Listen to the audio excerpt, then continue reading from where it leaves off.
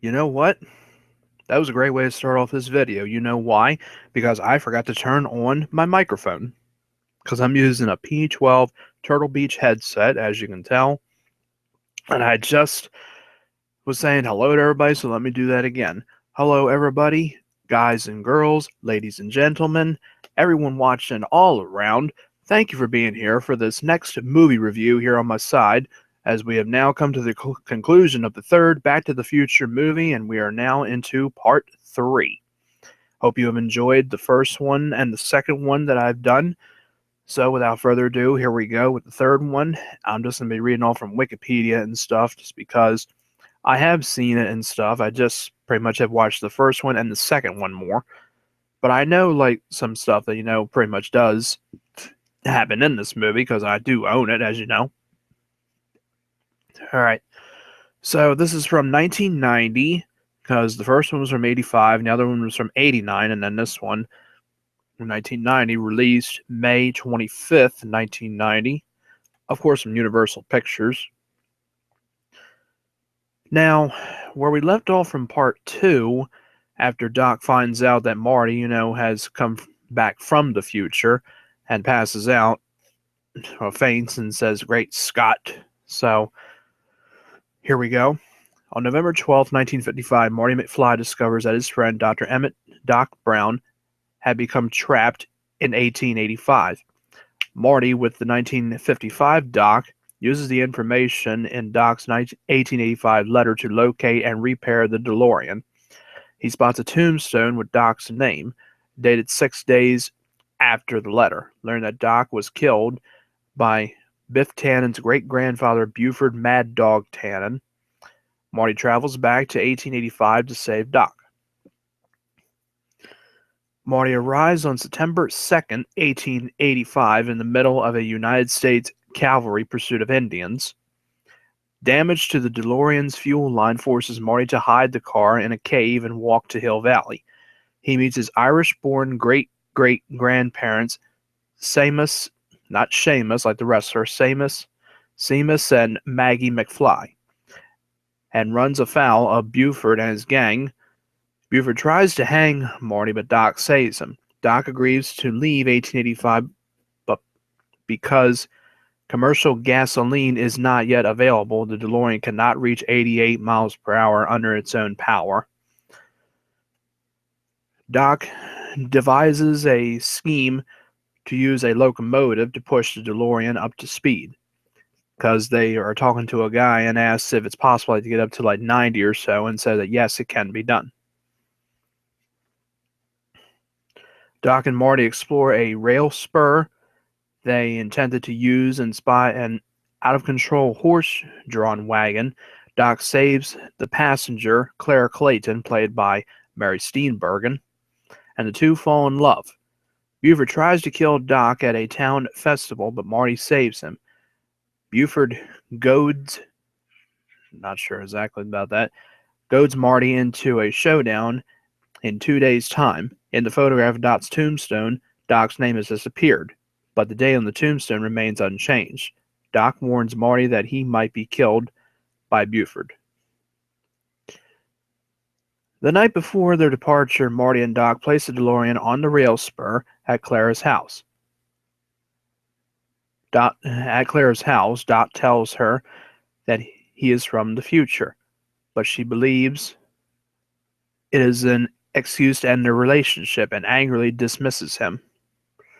Distraught, Doc returns to the town saloon for a binge, but Marty rides to the saloon and convinces Doc to leave with him. Doc drinks a single shot of whiskey and passes out instantly. Pretty much, it was from the day before, and he just had it there and just, and drank it.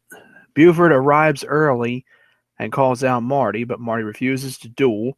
Doc revives after drinking the bartender's special wake-up juice, which is consisted of so many things in it and has a recipe for it on here. Text message, but I'll get back to it in a sec. And tries fleeing with Marty, but Buford's gang captures Doc, forcing Marty to duel. During a fistfight, Buford destroys the tombstone He is knocked unconscious in a wagon full of manure. And once again, when they arrest him and he says that word again, I hate manure. Then arrested for an earlier robbery of I can't remember that name of it. It doesn't matter. Marty and Doc depart to borrow the locomotive.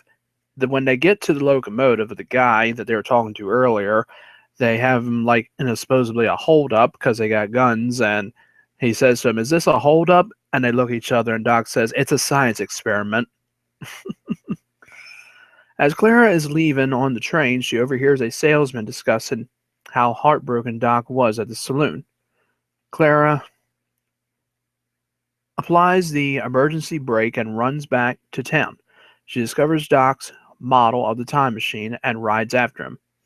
Having stolen the train at gunpoint, Doc and Marty begin pushing the DeLorean along the spur line, attempting to get it up to 88 miles per hour. Clara boards the locomotive while Doc climbs toward the DeLorean. Doc encourages Clara to join him. As she climbs the dock, Clara falls and hangs by her dress. Marty passes the hoverboard to Doc, who saves Clara. They coast away from the train as the DeLorean disappears to 1985, while the locomotive falls off the unfinished bridge. Marty arrives on October 27, 1985, escaping the powerless DeLorean before it is destroyed by an oncoming freight train. He discovers that everything has returned to the improved timeline and finds Jennifer sleeping on her front porch. He uses the lessons he learned in 1885 from being goaded into a street race with needles, avoiding a possible automobile accident. Yeah, we see another appearance of Needles as well, played by the guy Flea, because there was like a scene in the second one where they're talking about an automobile accident, and if he wouldn't have gotten into it, he would have broken his hand, Marty, and wouldn't have given up on his music. So there you go. Remember that this accident would have sent Marty's life spiraling downward by 2015, as old Biff said, your old man who took his life and flushed it completely down the toilet. Jennifer opens the fax message she kept from 2015 and watches as the message regarding Marty's firing is erased. Marty takes Jennifer to the time machine wreckage. A locomotive equipped with a flux capacitor appears, manned by Doc, Clara, and their two children, Jules and Vern. And of course, Jules Verne is the French novelist, everybody knows. Doc gives Marty a photo of the two of them by the clockworks at the 1885 festival. Jennifer asks about the facts, and Doc tells them it means that the future has not been written yet. Doc's train converts into an aerial craft and disappears into an unknown time. And that's pretty much it. I mean, I know that pretty much is a little bit of a quicker one and stuff, just the way that review was and stuff. But I mean, I'll give like a few more details and stuff. I mean, of course, Mary Steenburgen, as you know, as Clara. Thomas F. Wilson returns as Buford Mad Dog Tannen and Biff. Leah Thompson still as Maggie and Lorraine. James Tolkien as Marshall James Strickland. In a deleted scene, well, he is seen at the festival where he tells them, they're not allowed to bring their guns and stuff. So, in like a deleted scene, Buford shoots Marshall Strickland. And that was just like in the DVD version of the movie, because it has like deleted scenes, as is the second one too, and the first one too. Elizabeth Shue reprises her role, and Jeffrey Wiseman as George, because still Crispin Glover had not come back. And Flea as Douglas J. Needles.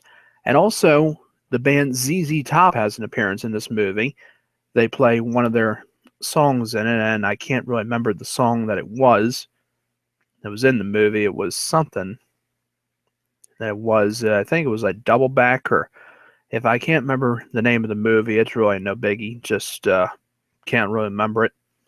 So pretty much, to give like my honest opinion of this movie, this is a really good movie.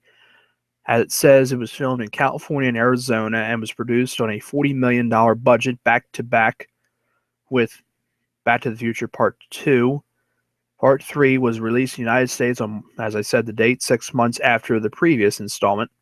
Part 3 earned $244.5 million worldwide against a budget of $40 million, making it the 6th highest grossing film of 1990.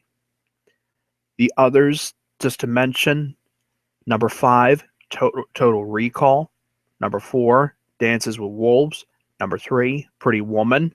Number 2, Home Alone. And the number 1 movie, you probably might know what it is, but if you don't, the number 1 movie was Ghost. Number 7, Die Hard 2. Number 8, Presumed Innocent. Number 9, Teenage Mutant Ninja Turtles. And number 10, Kindergarten Cop. Surprisingly, with that being number 10, that's just kind of, interesting. And also, you had the Golden Globe Awards as well, just to mention them. Best Film went to Dances with Wolves. Best Director, Kevin Costner. Best Actor, Jeremy Irons in Reversal of Fortune. Best Actress, Kathy Bates in Misery. Best Supporting Actor, Bruce Davidson in Longtime Companion. Best Supporting Actress, Whoopi Goldberg in Ghost. Yep. Now, for the rest of them, let's do like the, let's take a look at the top 10 grossing films of 1989. The year Back to the Future 2 was out.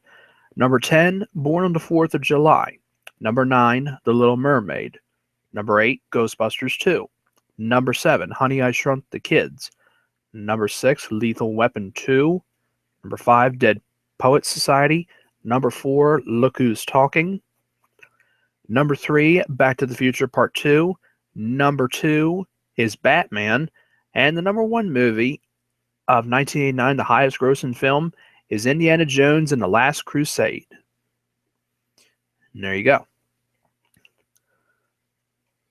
So pretty much that's really it. And for Best Film was Born on the 4th of July. Best Director, Oliver Stone. Best Actor, Tom Cruise, Born on the 4th of July. For Best Actress, it was Michelle Pfeiffer of The Fabulous Baker Boys. And Best Supporting Actor, Denzel Washington of Glory. Best Supporting Actress, Julia Roberts in Steel Magnolias. There you go. So once again, now just to wrap it up to Back to the Future Part 3, I have seen this movie several times before, but just, out of all of them, the second one has pretty much been my favorite. I don't know why exactly, just because, I guess the story, I don't really know. I mean, the first one is great as well. It's probably, everybody's favorite out of all 3 of them, but I think some people would probably think that the third one is probably the best one out of all of them. But I just, for some reason, just like the second one. Not dislike it, I like it,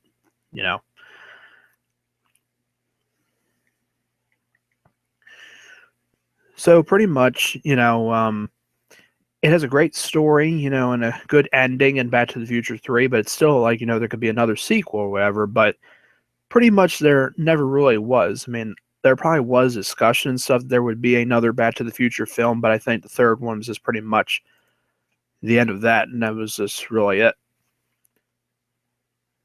Yeah, so like I said, it's a great movie. If you don't have it, I highly recommend that you go out and find it, like at a Goodwill store or thrift store somewhere, or just get the version like on Blu-ray, like the Anniversary Edition or the Trilogy one on DVD, whatever one you have. I mean, it's a great movie. It really is. So is the second one and the first.